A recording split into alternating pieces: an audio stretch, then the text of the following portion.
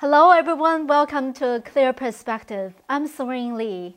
On May 20th, Biden delivered a televised speech announcing unconditional ceasefire between Israel and Hamas. Over the last 11 days, 248 people were killed in this conflict, the majority being Hamas militants, including 25 senior Hamas leaders. Around 1,900 civilians were injured. Hamas authorities also report that the conflict has left vast areas in rubble and displaced 120,000 people. At the beginning of the Israel-Hamas war, the CCP remained silent, even though it holds the rotating presidency at the UN Security Council. When clashes escalated again on May 10th due to Hamas firing a barrage of rockets into Israeli neighborhoods, the intensified fighting surprised nearly everyone.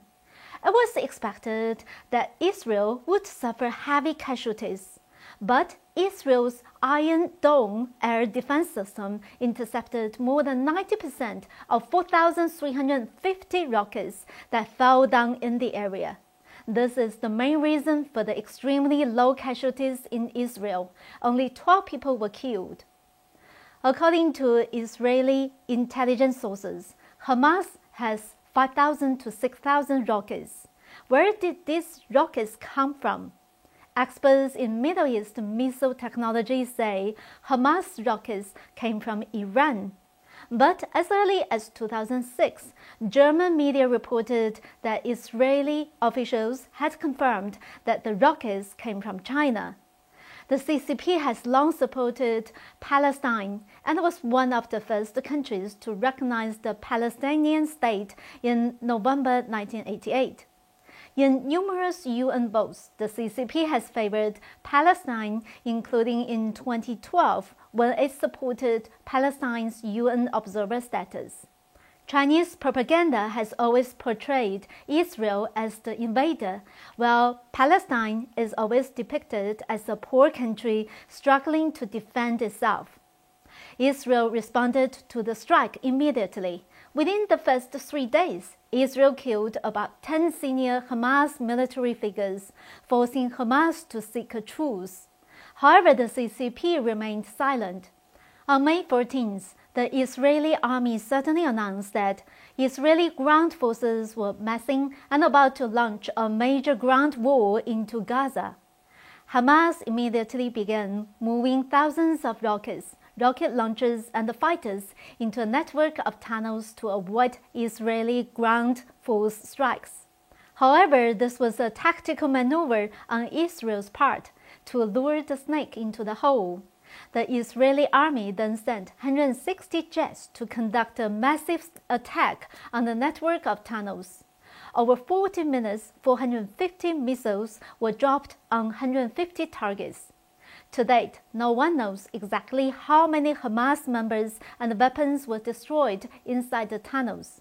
The only thing that is clear is that Hamas conducted essentially no military activity on that day after the bombing ended. This is indeed the heaviest blow Hamas has ever suffered.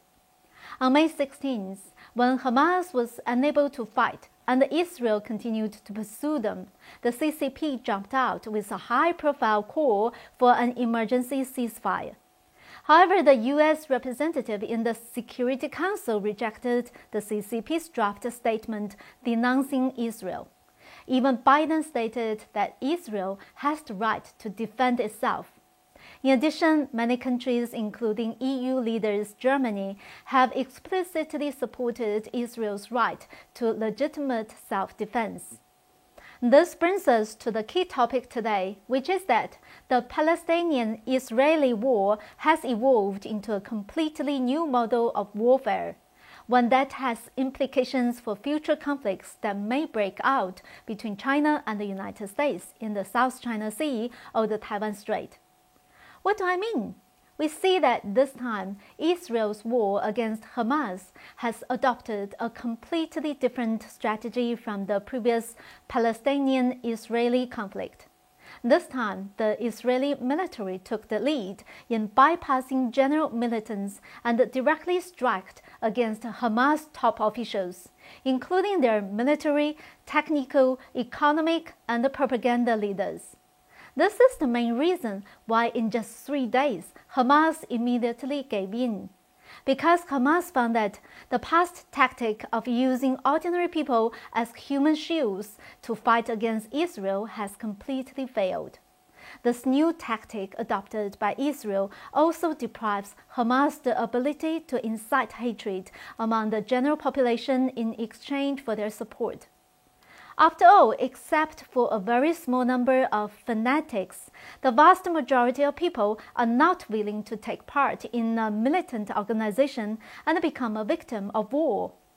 So for a regime like the Chinese Communist Party, which treats 1.4 billion people as a massive human shield, Israel's new model of warfare is undoubtedly alarming to them. The reasoning is simple. With the strength of the United States, if they really want to start a war, they will be much more effective. As we all know, the Israeli weapons are basically provided by the United States. Why didn't Hamas dare to take on Israel during the Trump era? Because they knew that Trump would not stand for it. Remember, Trump not only destroyed ISIS, he also had Iran's Soleimani killed. Now that Biden is in power and the negotiations with Iran on its nuclear program have resumed, probably the CCP, Iran, and Hamas think that the U.S. will be soft on them and hard on Israel. However, they failed to realize that Israel does not need to ask the U.S. for permission to defend itself against Hamas. In a way, the Palestinian-Israeli war can be viewed as a proxy war. The real deal is between the US-style high-tech war and the CCP terrorist-style war. The other big news is that on May 20th, the European Parliament overwhelmingly passed a resolution to freeze the China-EU Comprehensive Investment Agreement ratification process due to both Beijing's sanctions against EU lawmakers and human rights issues, such as Hong Kong and Xinjiang. The initial agreement had been finalized after 35 rounds of negotiations over the course of 7 years, but it had not been officially ratified. The vote in the European Parliament was 599 in favor of freezing the resolution, 30 against, and 58 abstentions. This shows a further deterioration in China-EU relations. This agreement was supposed to be concluded in December 2020 and was expected to be adopted by the European Parliament this year. But in March of this year, Beijing imposed unfounded and arbitrary sanctions on 10 EU lawmakers over the Xinjiang issue. The implications of this are enormous. As we all know, when news broke last year that the China-EU investment agreement negotiations had been successfully concluded, the CCP-controlled media were abuzz with praise, with some calling the negotiations an epic boon and a historic breakthrough. Many pro-China experts saw this as an important victory against U.S. embargo. However, in order to achieve the so-called diplomatic victory, the CCP made significant concessions. In the words of EU President von der Leyen, the investment agreement provides European investors with unprecedented access to the Chinese market. For example, the CCP has fully opened up its manufacturing, medical, financial, and automotive sectors, making it possible for European investors to operate in China as sole proprietors. This means that European companies can now avoid being controlled by the CCP, making it difficult for Chinese personnel to steal core technologies and business secrets. Moreover, the CCP has made more concessions in the China-EU investment agreement than in the first phase of the US-China trade agreement. Why did the CCP make so many concessions and then tout them as a major victory for itself? The reason is simple. The main purpose of these huge concessions is to use the agreement as an important diplomatic tool to keep the Biden administration in check and to achieve a de facto economic alliance between China and Europe.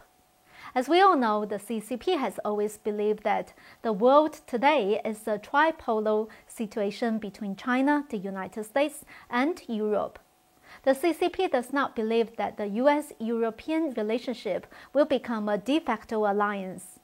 The CCP now has the opportunity to erode the US-European relationship and push the EU to maintain a relatively neutral position, if not to help the CCP against the US, then at least not to side with the US against the CCP. This strategy has always been the desired outcome of the CCP's diplomacy with the EU. The initial China-EU investment agreement was seen an opportunity for the CCP, a sign that the EU will still willing to separate economic issues from human rights issues. This was undoubtedly what the CCP would have liked to see, since the CCP's economic boom at the beginning of the century was largely due to the Clinton's administration policies of decoupling trade from human rights issues. The freezing of the agreement means that the CCP's three-way standoff has now become a two-way matter. The ideal environment that the CCP built up is now collapsing, as the EU will reintroduce the link between trade and human rights. That's all for today. Thank you for watching. I hope to see you next time.